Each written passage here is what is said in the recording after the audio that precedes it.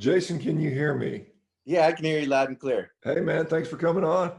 Thanks for having me. Super excited. Yeah, I'm excited to chat with you.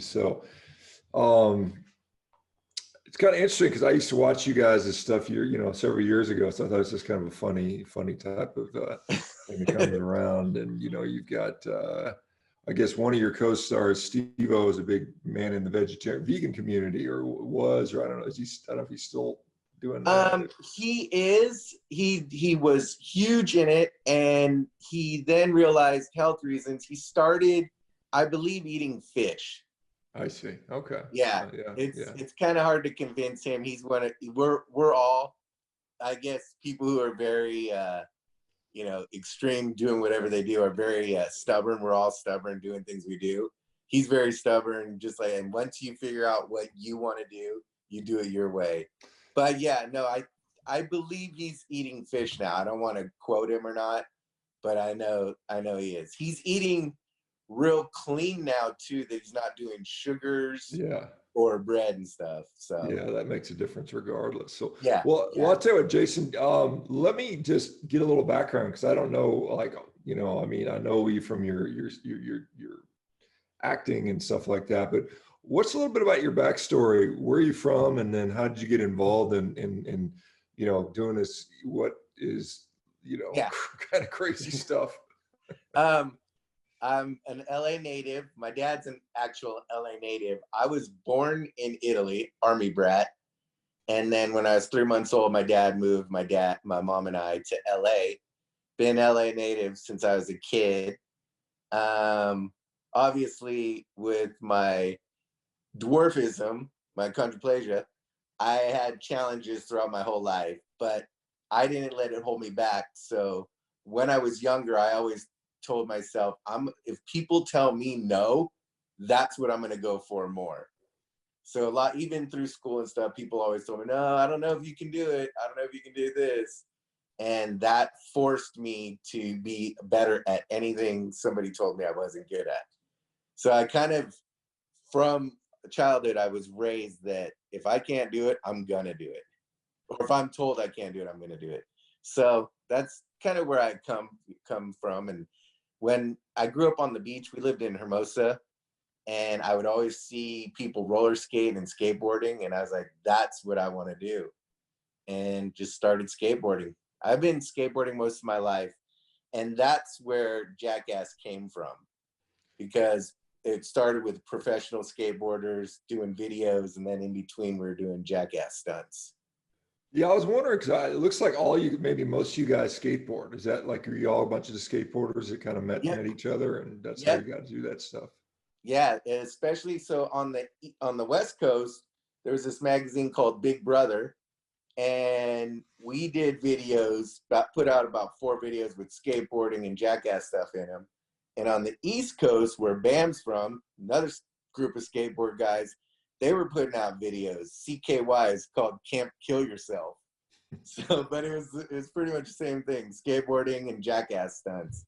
So, and you still skateboard. I still see you on your Instagram. You're still cruising around. I mean, maybe it's hard today because we're all locked down. Are you able to still right now it is, but I still sneak in and out of the streets and stuff. In my neighborhood, it's kind of suburbia, so you can go around the area. But yeah, it's like a ghost town out here. So yeah, it is kind of crazy. So how did you guys, I mean, cause some of the stuff you guys do is just painful. I mean, what was the sort of the decide we're going to do this stuff that's just because I mean, I'm sure some of you guys have gotten hurt a few times doing this stuff, I would imagine. Oh yeah, I stopped counting broken bones after 10. So, but it comes from all of us being in the skateboarding world. Like, you're gonna fall and hurt yourself every day, so our pain tolerance level has risen from day one, and we're guys that can take pain all day. But once we started doing that, it really focused on how high of a pain level we could have. Yeah, what's some of the worst stuff that you guys have done from this is maybe we shouldn't have done that one or something like that? What do you have any? There really hasn't been that much. There's been close calls once. probably one of the craziest ones we did. It was actually Wild Boys was a spinoff show. It was a nature show. We had Tony Hawk, professional skateboarder, well-known guy, and Bob Burnquist. We were at Bob's house, and we tried to get them to do this skateboard loop in gorilla outfits because we had monkeys and stuff around. Well, Tony went up just coming back from tour, and they had this machine-made, engineered loop that was a perfect circle. And Bob's was a backyard, wooden one. So with the weather, 12 o'clock was now at about 2 o'clock. So they came back from this trip. We had Tony do it within a couple runs, and he went to 12 o'clock and flipped out and cracked his head, everything. We thought we had just killed Tony Hawk, but luckily we didn't. So that was one where we're like, wow, that's maybe something we shouldn't have done. Was there like in the background, were you guys like practicing and doing all this stuff to make sure this could be done? Or or did you just go for it? Most of the time we just went for it. That's what made us us. It's always real. People would come up once in a while and be like, well, did you guys have stuntmen on the thing? No, but we had if you were behind the cameras, we had an ambulance and medical people around just in case something happened. But we did the things on our own. That's what keeps it original. So this is all these stunts and crashes and broken bones and all that stuff, that takes a toll on you. And you'd mentioned the achondroplasia, the achondroplastic dwarfism. There is a higher than normal average of things like spinal problems and stuff like that. How are you doing? Did you get beat up in a lot of injuries and soreness and pain? Were you dealing with a lot of that over the years? I know a lot of people that do this a lot of them have chronic pain issues. I started to, this was even back before Jackass. I started to have some chronic pain, and I found a doctor who had to go through chiropractic school. But what he specializes in is muscle precision balancing, because all our skeletal systems pretty much are just bones that, if we didn't have muscles, they'd fall. So the muscles hold them together. And I started having a lot of neck pain when I was a little bit more after skateboarding and stuff like that. And a trainer led me onto this guy. And what he did was he takes this tool. It's almost like a ball or a wheel or something. And he goes really deep into each vertebrae or different things. And he breaks up the scar tissue, which builds up almost as into concrete. And when that happens, it pulls your muscles pull your bones closer together, and that's what causes pain. So luckily I found him back in 2002 maybe. And I've been going to him ever since. And when I have built up scar tissue or pain, he takes it right out. So you muted. There you go. Yeah, I muted myself. Let me ask you about this transition, because now we're in this sort of MeatRx carnivore community, and you've sort of embraced that for at least several months, I know. Yeah. What got you going there? Because you guys got guys like Steve-O's telling everybody to go vegan, and I don't know about the rest of the people you hang out with, but that's the vegan thing is kind of popular right now, and it's kind of perceived to be cool and that stuff. Yeah, no, I know. I've seen that, and it boggles me, the plant-based diet and all this, that people just see it or how commercialized it is, and they don't if you look, and you've shown it too, you look at a plant-based ingredients and you look at just solid meat, you see the difference. What happened to me was I did do the vegetarian thing for 7 years. Back in about 96, I was doing it. And I didn't notice physical changes in the beginning or anything, but I noticed them after a while. I noticed bowel movements and different things like that. I then realized, I was like, well, I've been healthy my whole life, and now I'm going to the dentist a lot for gum disease and stuff, different gum issues. But I didn't put the two and two together. You're just going through life and you're thinking, well, I eat good, so I don't know why this is happening, or what. So then it came a point where I did gain a little weight. This was during like drinking beer, which is wheat and oats, eating a lot of bread. And I had 2 seizures within a 6-month period. Went to the hospital. They never told me what it was. They were doing all kinds of tests. And I was just like, I unplugged myself out of the hospital, walked out, and I said, these guys don't have the answer. I'm going to have to figure it out myself. And back then I realized there's something, like, I started figuring out there's something going on in my body and it's not putting it together. And I was like, I found Diamondo's, I can't say his name right, Peter J. D'Adamo. He did a book called Eat Right for Your Blood Type. And I was like, okay, let me check this book. Let me read a little into it. I found out what my blood type, I'm blood type O positive, and it is based solely on mainly eating meat. So I did that, and from then I figured out healthy changes were happening in my body.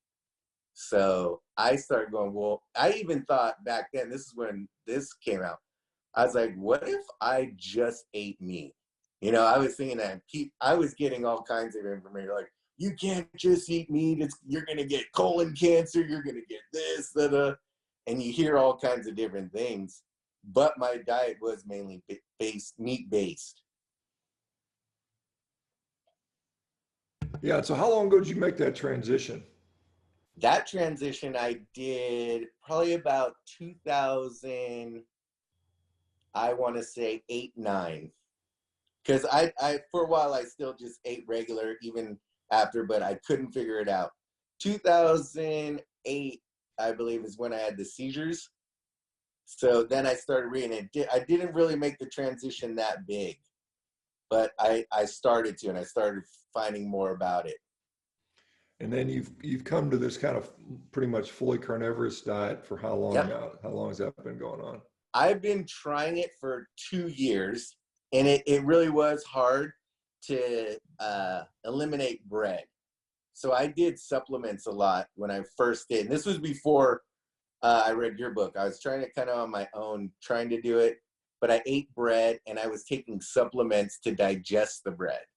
Because I would eat a piece of bread and I would seriously buckle over with the pain it put in my stomach. So Yeah, you're not. There's probably other people in this group that would feel the same way and have had with different sort of foods like that. So it's pretty interesting when you get that kind of feedback. What since you've kind of gone, meat based, what sort of improvements have you seen? Have you seen any improvements in your health? I've seen tons of improvements. I've seen less sore muscles. I've seen stronger muscles, better sleep, better digestion, bowel movements daily. I also learned it. It's funny. I do it this way. I've learned by watching dogs. Dogs, they eat the same. If you feed them right, they eat. They have a bowel. You have to wake up and take them out every morning because they need to make a bowel movement. And I was like, this is how you need to be.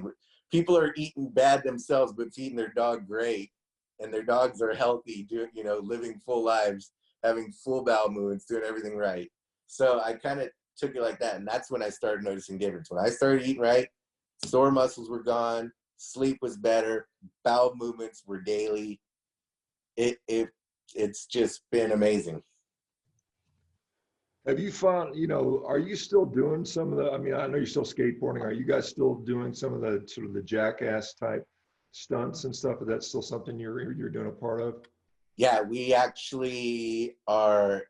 We started filming number 4 this year, but the quarantine put every TV and movie production on hold.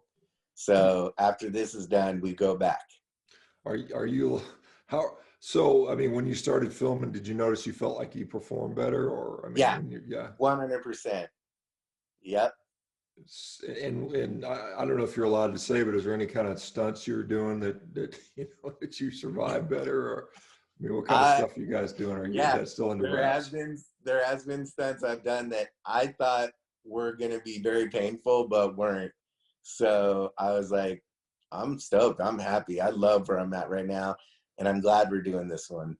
So it's been good. So assuming, the quarantine gets lifted here in whatever, a month or two, and people start going back to work, how long before that gets done? Or how long does it take to shoot one of those movies, and when would we expect it to come out? We just started, and we were hoping to be finished, near third quarter of the year, but we'll see how long it takes now. We still may be able to do it, but we already have a release date of March 21st, 2021. It's out there in the news. Everybody knows. So, What, so, I mean, do your castmates and those folks know what kind of diet you're eating now? And are they giving you a hard time about it? Or is anybody giving you a hard uh, time about it? it's funny. They do know. They see me every day. We have a lunch truck that serves every kind of food you want, and they have a barbecue and everything. And every day I just grab a steak, and that's all I'm eating. And a lot of them think it's the wrong way to go. And I'm just like, the picture is here. All my hair, maybe a couple grays, I'm physically the same I've been since, we've been doing this, same shape, I'm healthy. Even with this quarantine, I walk at least 3 to 5 miles a day. We do home workouts. I'm doing the 100 push-up challenge every day. So just, keep your body moving. You keep it moving, it'll keep working. And if you don't mind, how old are you right now? I'm 46. I'll be 47 in 1 month. Okay, so you've been through some years. You got some Yeah. mileage on the body for sure. Yeah, Absolutely. totally. Yeah, it's Yeah. kind of fun when you start to feel like you're getting younger, and a lot of us in here feel, Yes. I know a guy like Brett smiling. I know he's lost 100 pounds and looks like he's 30 years younger than he used to be. So, and Right. we've got a whole bunch of people that are doing that. So that's fun to see. Have you managed to because I know you've got, what about family and stuff? Do you have family members and that Uh, either yes or no support you or don't support you on this? my mom completely doesn't support it. My mom's she's blood type O also, and I've tried to help her. She completely is against it. She's an animal person, and she doesn't. She's just as stubborn as me, but she's stubborn that way. And she doesn't believe it. And I go, the signs are there. Everything's right there. It all points out to it. And so, yeah. And I watch people and how they eat and their interactions and stuff. And I've noticed also for myself, but others, I'm less stressed. I'm way more easygoing. Things just float right by me. Just, everything's just super smooth sailing. My mom stresses and gets very emotional right when like things happen, and I'm like, whoa, whoa, whoa. And I know she's missing things, but doesn't listen. Rest of my family, like my dad he's pretty much been on the meat diet since I was younger and didn't know he's not a vegetable guy and all that. So when they see me doing stuff, they're like, well, he's eating like dad's eating. Hey, that's one important point you brought up is, like you said, your mood is just chilled out. And did you notice a change in your mood when you started Yeah. switching diet? Yeah. Yep. 100%. You don't let things, like I used to be high strung. Like I would flip out at some. I'm just like, I think more about things when a situation happens, and I just kind of easy let it go by. I don't and I talk things out. So it's way better, way easier, and just way calm. One of the things, because people watch the movies and they say, well, look, these guys are crazy and they're just beating their body up. But I mean, I would assume you're talking about 100 push-up challenges and exercising. I mean, you physically prepare to be able to do some of this stuff, even though it's crazy stunt stuff. But I mean, what kind of routine have you had over the years to protect your body from, Yeah. the damage you put it through? Since 2012, I've been in yoga. So I do yoga at least 3 to 5 times a week. I haven't been able to do it since the quarantine. So that I do, skateboarding, and then kind of whatever. I love hikes. Hikes have been my thing for a long time. and different, like, big inclines, different inclines, just, something that keeps your body going and you're using all your muscles. Did you find any change in your flexibility when you changed diet? I mean, did you Yes. see stiffness improve and things like that? Yep. I had a lot of, I used to wake up stiff a lot. You wake up sore and you feel like, oh, I got to stretch this out and get going. I jump out of bed and I'm ready to go. Yeah, there's a joke in there about waking up stiff. But, the Yeah. guys know what we're talking Yeah. about, but yeah, I've got that too. It's not that bad though. Yeah. Anyway, I've noticed also on the upside, your sex drive is brought up. You're good to go. Your sex drive is brought up. You're healthy. The animal is good. yeah, no, The animal in you is good. what so let's talk about what's a typical day for you look like eating then typically? How much do you eat? How often? What kind of stuff are you doing with your diet? Every morning, my morning routine is 3 eggs with a little bit of cheese and butter and bacon. And I sometimes eat lunch. I don't. I'm kind of like, if I'm full, I'm good. Lunch, I will do some sort of just either leftover meat that I've had from the night before, or maybe I'll just stir up some ground beef. And then dinner lately has been any protein on the barbecue. I've done barbecue protein every night. I either do fish, salmon, sea bass, chicken, or some sort of cut of steak, filet, ribeye, New York, and anything like that. And that's my whole diet routine. Yeah, Well, not diet, just eating routine. I've seen you've been what is like a Komodo grill. What kind of grill is that you got? Yeah, the Komodo grill. I got it out of the blue right before the quarantine happened. And I wanted to just start barbecuing here and there, like, to have at the house. And once this happened, I used it as an activity to do to keep me busy during the day. And I've barbecued every night. And it's been fun. And the barbecue community is accepted and just loves this fun I bring into it. And I've just been getting hit up and people are loving it. So. Yeah, what kind of barbecue? I mean, do you have like is there sort of a method to the madness on that stuff? Or, I mean, I know some of us really get into cooking. I mean, I've got, particularly I've got a really nice cut of steak. I really sort of just really want to, it's kind of like an work of art kind of, you just kind of really, you kind of baby that, but it's kind of fun. You're over there cooking. So how do you do, is there a way you do that in particular? Any spices, seasonings, or? I've tried a couple different ones. I like it like just minimal spice and stuff. I throw a little on. I've got a couple different rub companies throwing me, different rubs, and I'm trying them. Reading the ingredients, trying to keep away from some and, doing others. But I like one of the best is salt, pepper, and butter. And that's about it. Just, real clean. But I've tried the other ones and they're real flavorful. They're really good. And another one I really like is duck fat. Duck fat has been good to change. Instead of using butter, I've really tried to cut out canola oil, different oils like that. I mean, it is corn. Corn too is one that if I eat it will bend me over stomach pain. So. Yeah, I mean, there's a corn in there, but I think somebody said something like the US diet has so much corn in it, it's like in everything. It's kind of crazy. But yeah, duck fat is wonderful. And duck itself is, duck breast, you get a nice duck breast. That's some really good food. So I'm really a fan of that. You get duck confit, which is, duck cooked in its own fat. That is ungodly good, I would say. So some people that don't, because I've had so much, red meat. So you I guess from what it sounds like, you kind of eat kind of a moderate amount of fat. I wouldn't say super high fat, but you definitely keep enough fat in there. Is that fair to say? Yep. I do it either with butter, meat, or like cheese, like, keep the fat that way where your body still burns it and, has a little fuel that way.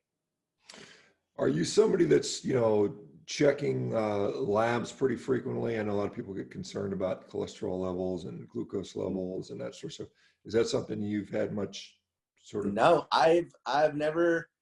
We did get like, so right before this movie, we did get everybody has to go through a physical to see if they're good. You know, we're all older and stuff, and we all had to go to doctors. Blood's 120/80.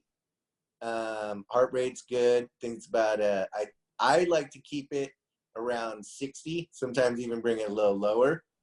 So, but cholesterol and stuff like that, I haven't checked. I kind of feel like my body will tell me if something's up and I need to check something. But yeah, I know I'm eating good portions and keeping it clean, and I burn it. Eat and burn. Yeah, and your body weight's been pretty. Have you found you have to do much other than just eat when you're hungry to keep your weight stable, or is it pretty much just pretty intuitive? You don't you plan it. No, I don't. It's pretty intuitive. It's like I said, some days I don't eat lunch because I'm not hungry.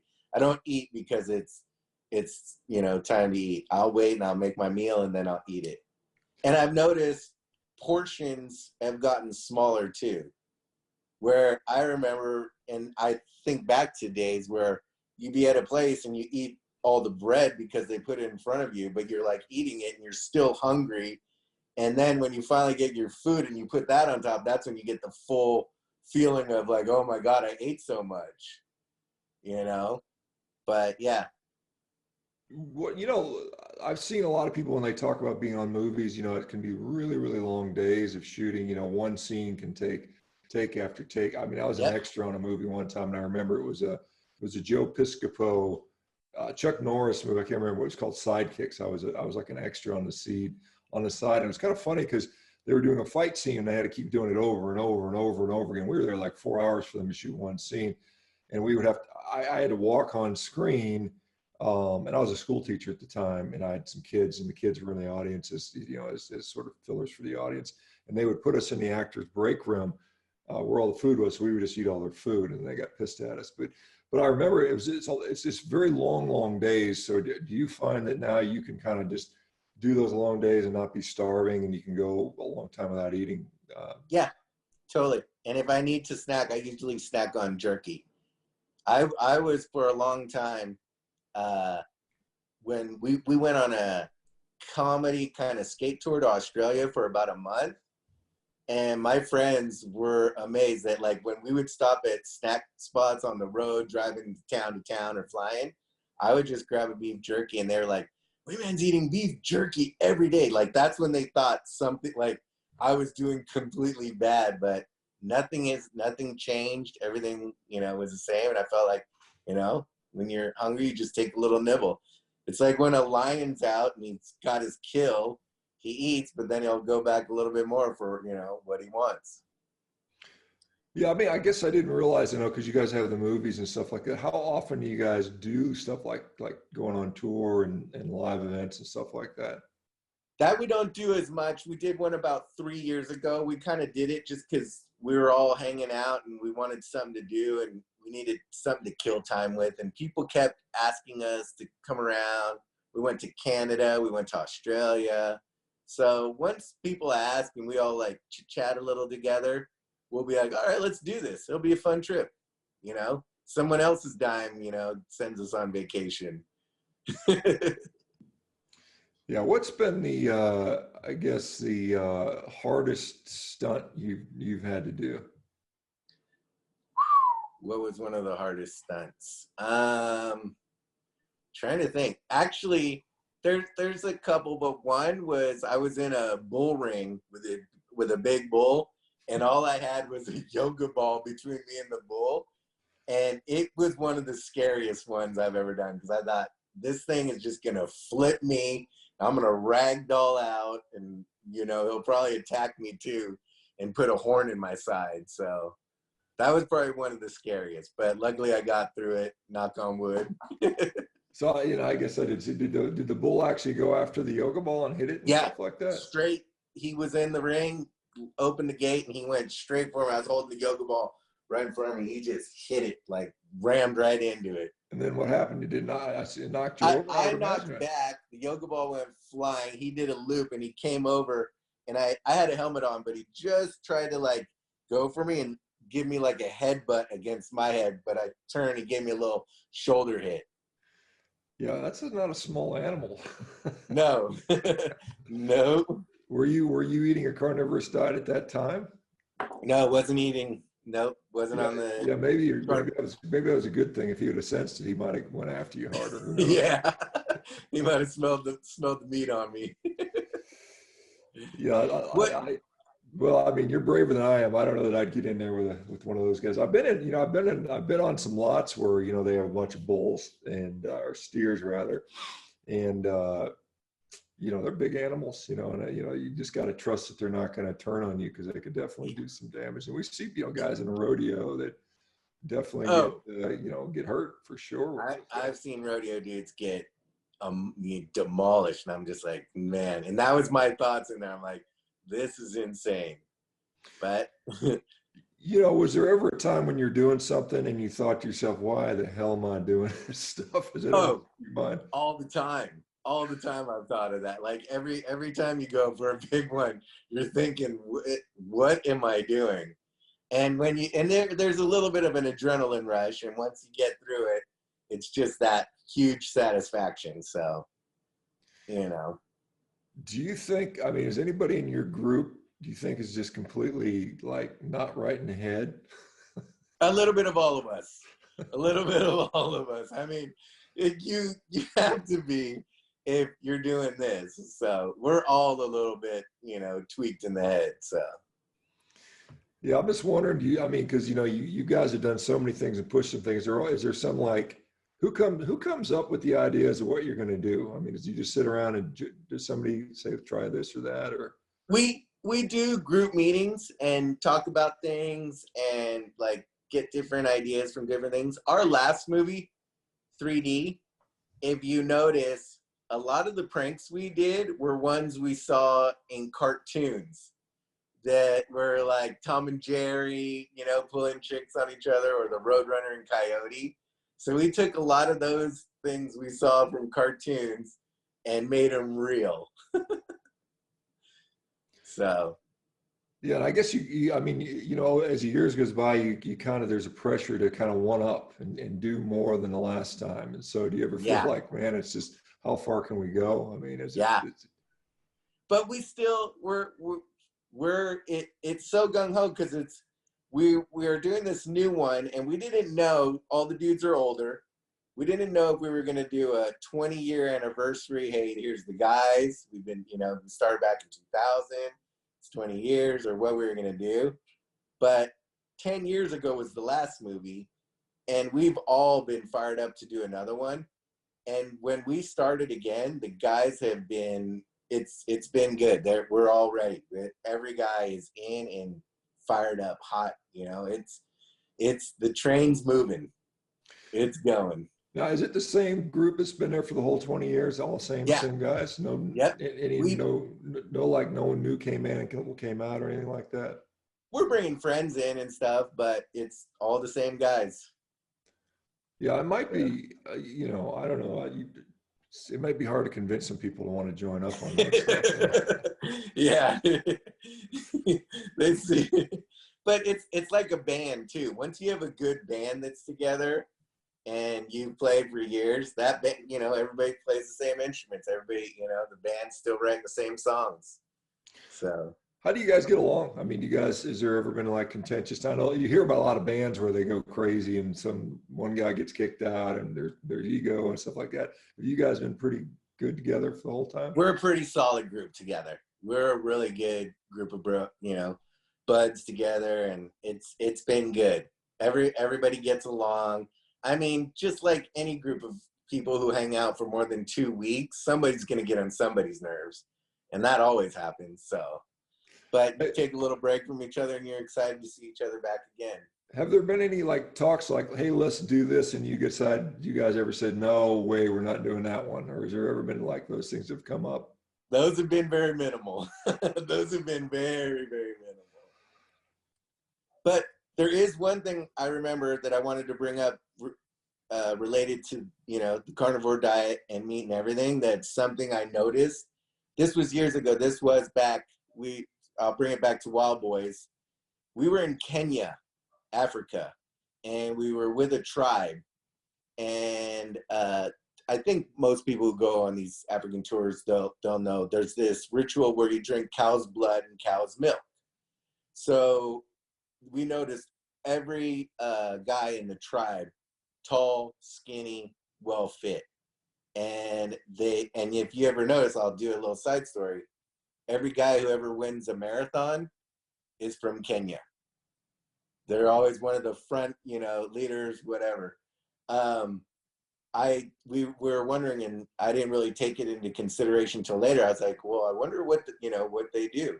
Well, we did the blood thing. We had fun with it. We did the cow blood milk, and we're like, well, what does this do? And they're like, well, the long distance runner who runs for the tribe to other tribes to get things and stuff, this is their hydration. Keeps them hydrated for 24 hours. And we were like, whoa. So then the next thing we also did was, we were a big group. We had a cow there. We did this with the cow. The cow got punctured already for the blood. So we thought, well, let's sacrifice the cow, cook it. Everybody's going to have a meal. These same runners took the meat and they were mainly eating, they were eating the gristle like it was candy. And I was like, I took it in, but that was the fuel they burned also for their long distance running and the fuel they used. They did also eat, the red meat and stuff, but the fat was what they used to burn. Yeah, and I assume you're talking about the Maasai. And when I was in Kenya and Tanzania and ran into those folks too. Yep. They offered me some of that stuff, and this is years ago. This is back in 2000. Actually, this is 20 years ago when I was there to climb Mount Kilimanjaro, and I was like, I'm going to pass because it just looked too scary. It was all kind of clotted, coagulated blood. It was in a little leather pouch, and it didn't smell so good. And I was like, I don't want to do that. And they offered to give me a wife too, which is kind of funny. And I was like, actually there on my honeymoon with my new wife, and it was kind of like, I just got a wife. I don't need another one, thanks. But yeah, it's kind of because they're fat adapted, and they've been living on that, and so it's kind of interesting when you talk about hydration, because milk and blood, milk is basically a filtered, an ultra filtered of blood, and so it's got a lot of electrolytes, and it can be very hydrating, and so that is pretty interesting. So what were you guys doing in Africa, by the way? Did you guys run around with some wild animals and stuff? Yeah, we do stuff with animals.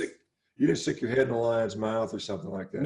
No. We did one time go to a tiger refuge in Thailand, and there was a mother with her cubs, and it was about 2 PM, and in the sun, they were laying and they were all sleeping, and we all laid next to them and got a little nap for about 5 minutes with them, and then all of a sudden the mama lion wakes up. We're like, whoa.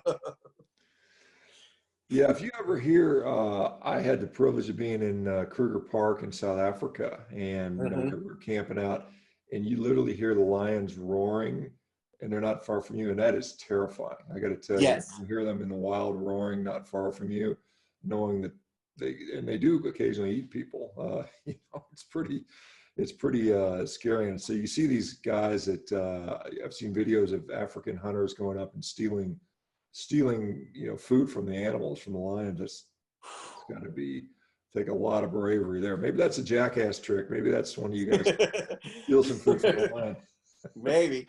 We did see one time a male lion attack a zebra, get it, he was out of breath, and all of a sudden you just see all these hyenas in the area just around, and it's like, of course they can't do their own kill, but they're waiting to see what he does. Do they ever, let me ask you this, do they ever, like the guys ever volunteer someone for something, do they ever say, hey, let's get Jason to do this and kind of, Yeah, everybody's volunteered, everybody's put in. What we used to do too is you would get a few stunts, and if you haven't done a stunt in a while, you knew you were up to bat, when something came up. And some days we would all as a group vote somebody to do something. I remember one time Dave ditched us one weekend and he wasn't around. So when he came back, he thought he'd be funny, and he wore this clear suit. And we had to do this fire hose rodeo where we took a fire hose, hung it down from the ladder, and then you fire it up and it just shakes and moves all around. Well, we were like, well, Dave's here and he's wearing a clear suit. This one's for him. So what's been I guess the most painful thing you've done, or one of the most painful things you've done when you've been doing these things? uh painful one. Let me think. There's been so many. One of the craziest ones was, so a lot of stunts we did were with shopping carts. We built a huge extreme one that was like 20 times the size of a normal shopping cart, and we all got into it. And we rode it down this famous 6th Street bridge here in downtown LA. And at the end of it, we flipped it, and we were supposed to fly into this fruit stand, but it was so intense that we flew over it, and all that was behind it was some cardboard boxes. And we were about at least 10 to 12 feet in the air, and we only landed on cardboard boxes. So we all got a little roughed up on that one. Ouch. Yeah, that does. Yeah. Type of thing. So, how long does it, like, if you're doing one of these stunts, how long does it typically take to get it all filmed and stuff like that? Or do you sometimes, I guess, have cameras in different places to get all the angles and stuff? Yeah, we most stunts we get in one, because you don't want to go through the pain much more than that. But a couple stunts we do a couple times. Like if we can get a little bit better. If it's not, you're not, gonna get knocked out or break a bone or anything, we could do something like that. How often do they go as planned? Most of the time they go as planned. Some of the time they get a little bit better. And sometimes we'll plan a big one that just doesn't seem on film as good as it did on paper. But while we're all together, we'll mess around and, pull pranks on each other then. So that day we'll get something on film. Yeah, is there anybody that says, like, with the film company, obviously there's insurance on you guys and stuff like that, I would assume. Yeah. Do they ever say, well, like, you just can't, you're not allowed to do this? Or is anybody kind of? No, they kind of let us do what we do. They, we're doing this to ourselves. We're not going out and, hurting strangers or hurting, anybody else. I mean, we might hurt their what they saw that day, and they're going to be like, oh, I went home. I can't believe I saw this, but we're just hurting ourselves. Yeah, I mean, did you guys ever have any issues? I know in the beginning you say don't try this at home type of stuff. Did you ever have a problem with people trying to do what you guys are doing and then getting hurt or anything like that? Or are you any concern about that? Not really. Somehow we pulled it off, and it did. I mean, you can't, once you have disclosures and stuff and you're doing things, I mean, every kid, every boy is going to go out and do things that's, going to get hurt. You see it all over the web now, and, America's Funniest Home Videos is still on TV because of funniest stuff like that. But you can't, you can't say, well, I did it because of this. Well, you were a knucklehead. You knew you were getting yourself into. Yeah, I'm at my age, I'm not inspired to do any of that stuff for some reason. I don't know. Good on you for still wanting to do that. But hey, do you, outside of Jackass or that type of stuff, do you do any other kind of work besides that, as far as, like stunt work or comedy No, I don't do or any stuff like other that? movie stuff or stuff like that. I have some restaurants I'm invested in called Chronic Tacos. Buddy of Oh yeah, mine. somebody's asked me about it. What's the story on that? Because I've heard of buddy it of mine before. started it in 2002, and at 2008, when the market crashed, he came to me and he said, "Hey, you want to be a part of this? We'll put you. You've got a good brand behind yourself. We could bring it in." And I thought, all right, let's check it out. And I checked it out, and I said, yeah, let's do this. So we grouped up together, and there was one other original partner, and then we had 4 brothers come in, and so now there's 7 of us that are the corporate owners of the whole corporation. How many restaurants are there then? We have 62 worldwide now. Oh, wow, that's pretty good size. Yeah, they go all the way to North Carolina, Georgia, and we're up in Canada. We have a couple. We have a couple in Hawaii, and we have some in Japan. Oh, nice. Yeah, I think maybe I saw. Is there one in Oahu, or is there one in Honolulu Yeah, or something? yeah, Honolulu. I think I must have saw that when I was there. I can't remember.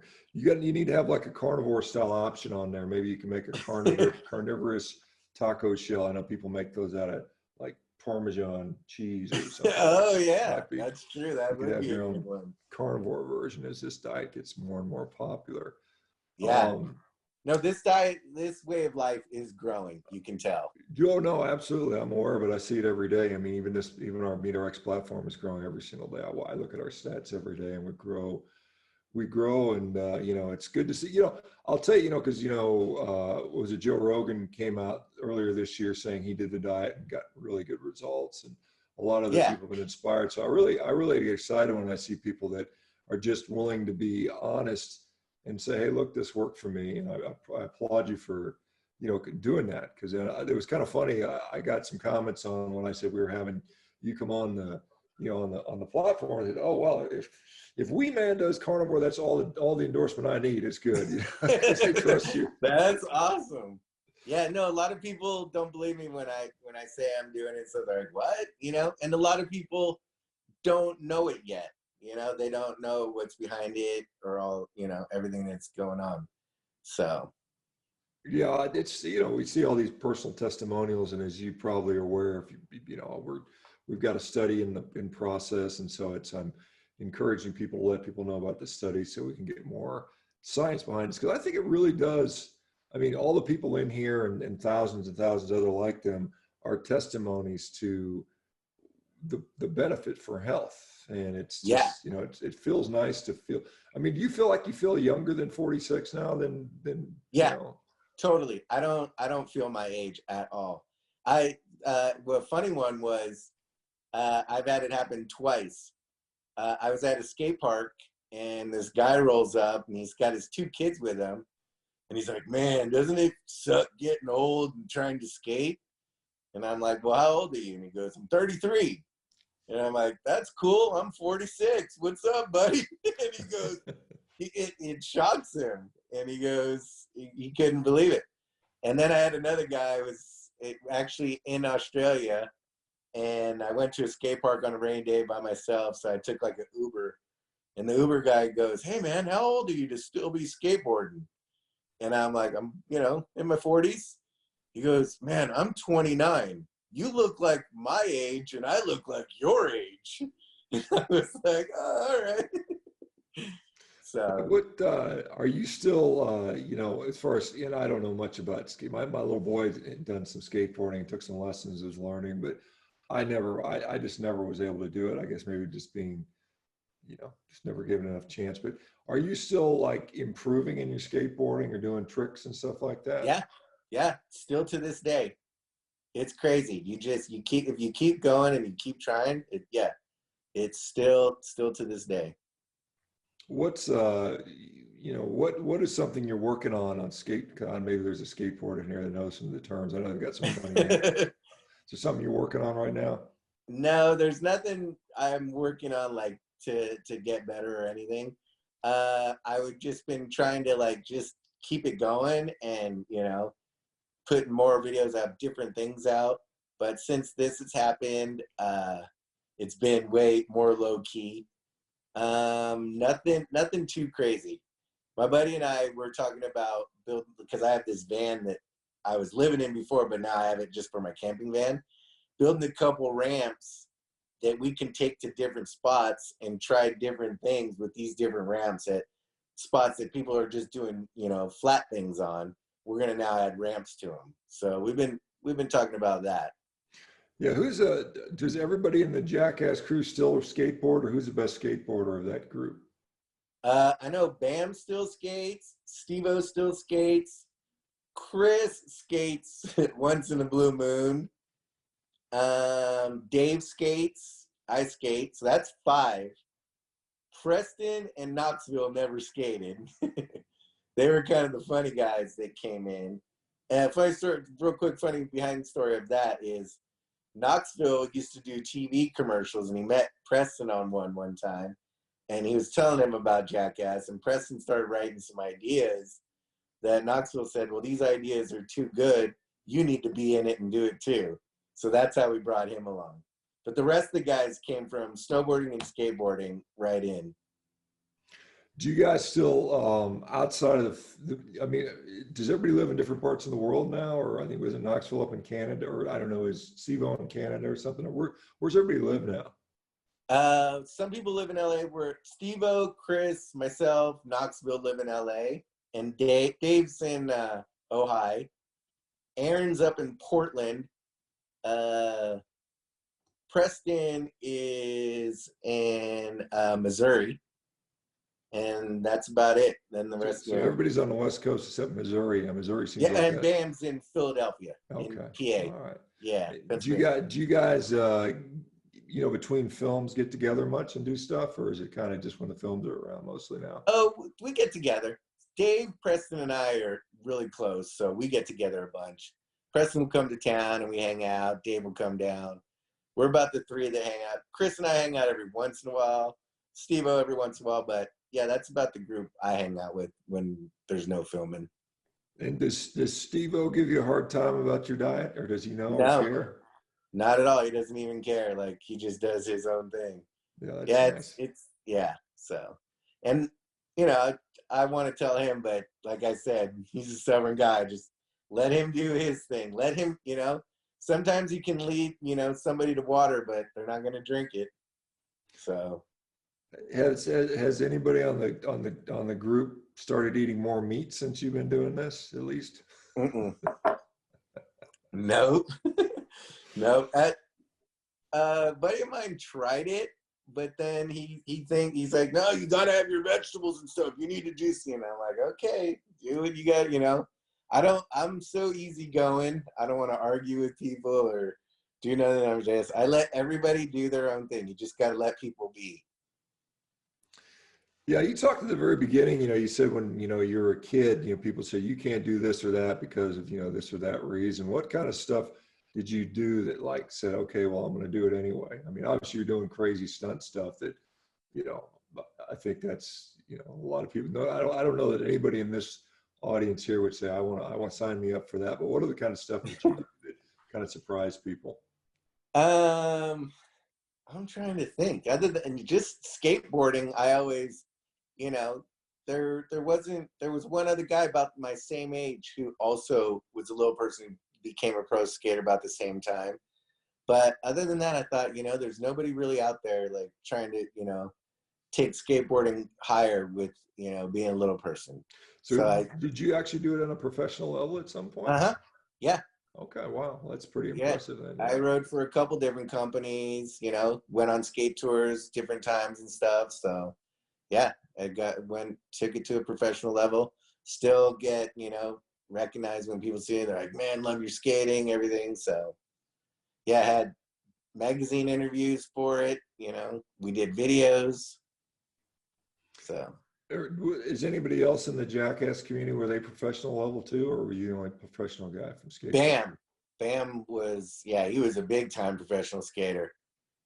So he still skates now. He has a big barn out in PA. He has a bunch of skate ramps in it. So he's still doing it. What do you find it, you know, was skating more dangerous and more injury prone than what you're doing with the Jackass stuff? Yeah. I broke most of my bones skateboarding. I broke my wrist, I spiral fractured my femur. I have a titanium rod in my femur. I've broken ribs. Broke my foot. I broke my heel and didn't even know I broke my heel. And then 3 months later, I jammed my toe and I thought I broke my toe. So I went and got an x-ray and the doctor comes back and he's starting to rub my heel. I'm like, no, I came in for my big toe. And he pulls my and I'm like, yeah, that hurts. He goes, well, your toe looks sprained. And then he shows the x-ray up and he goes, but we have a bone chip just hanging down here on your heel. And I'm like, I remember doing that, but I don't feel it anymore. Ouch. Yeah. I know the heel fractures can be, particularly if they're bad ones, that can be really, really Yeah, Painful. as it wasn't bad. It was just right off the outside corner, a piece just chipped off, and I think it was a little too far that it didn't reconnect. Yeah, you sound like a little bit like Evil Knievel with all the broken bones and stuff. But do you have any other hardware in you besides the rod in your femur, or No, just the rod in my femur. so a lot of casts and splints and stuff like that over Yeah, the years? yep, Yeah. yep. Have you ever, did you ever decide after breaking a bone that you're gonna, I'm done? Was there ever an injury in No, that femur fracture? You're no, like, nah, no big deal. no. Even after I broke my femur, I started doing physical therapy right away, and then I went to my guy, Dr. Mark, who does my the scar tissue. So when you break a bone, a lot of scar tissue starts to build up to help heal it. We broke that scar tissue down to loosen up all the muscles around it to make sure it lined up perfectly. How did you break your femur? What were you doing? Was that skateboarding, or what would you do? Yeah, I was on a ramp, and it was just late one night. My buddy calls and said, "We got lights at this ramp." Showed up, and I went about 3 runs, and at the top of it, I locked up wrong. So when I came back to fall in, I put my foot down, and it stuck, so my body twisted. So my foot stayed the right way, and my body twisted, and that's why it's spiral fractured. Yeah, that's And when I was usually, at the and when I was at the bottom of the ramp, my foot was faced backwards. yeah, those bones are weakest in torsion and rotation, so Yeah, yep, that's why they tend to break spirally, typically with less energy. yeah. What percentage of professional skateboarders then have broken bones? Is it pretty much? Oh, I would say 100%. Every skateboarder breaks bones at least one time in their life. Well, good. As I know, I was not really considering doing professional skateboarding, but that cemented that for me. I probably won't. Probably not too much of a wimp to do that. So anyway, Yeah. let me ask you, for people that are thinking about carnivore diet, do you have any advice to those guys? I say dive right in. It's one of the best things I've ever done. Not only physically health wise, mentally health wise, everything. I would say that this is the time period where I think I've eaten the most, but probably haven't because portions are down. But I've never felt so good after eating than I have being on the carnivore diet. There's not a full, you don't feel like you do when you eat a lot of carbs full, where you got, I call it the Thanksgiving full, where you want to fall asleep afterwards. You're good. You've eaten what you need. And I don't remember the last time I felt bad after I ate. So eating good, you're going to feel good. Yeah, I think that's pretty good advice, and I know a lot of people that follow you probably, some of them struggle with different issues, whether it's anxiety or mental health issues or, some of that stuff, and so I think that's, one of the things we can do because there's so many people that are struggling right now, particularly with this coronavirus stuff, and people are, people are Home. just home Yeah. and scared and worried and anxious, and a lot of them are doing the wrong things. They're out there with drinking too much alcohol and probably doing drugs and not eating junk. And I think that's just the wrong thing to do. Yeah, no, I can see this bringing on a lot of anxiety for people, especially people. Not to change the subject, but you see people go crazy when situations like this happen, and they're too quick to think and not be like, okay, let me think this process through. And I remember being like that when I wasn't, feeling right and good. You're just like, oh my God, it's panic. And I think people, if they did eat right and you just bring what you need and you're good. Yeah, that's good. Well, Jason, it's been an hour, man. One last question. that went quick. It did. Neethy's asking, do you have any arthritis pain associated with all these broken bones? No arthritis pain. No, has diet helped with that, do you think? Yeah, especially like I said, waking up now not sore. That's one huge one, and I know the diet has helped that. Awesome. So I never really felt arthritis pain or anything like that. I don't know if it was for me always keeping stretching and doing yoga and stuff, but yeah, I feel great. Awesome. Well, it's great, man. It was wonderful talking to you, Jason. I wish you best, and hopefully you guys get back to filming. I'm going to go watch that one when it comes out.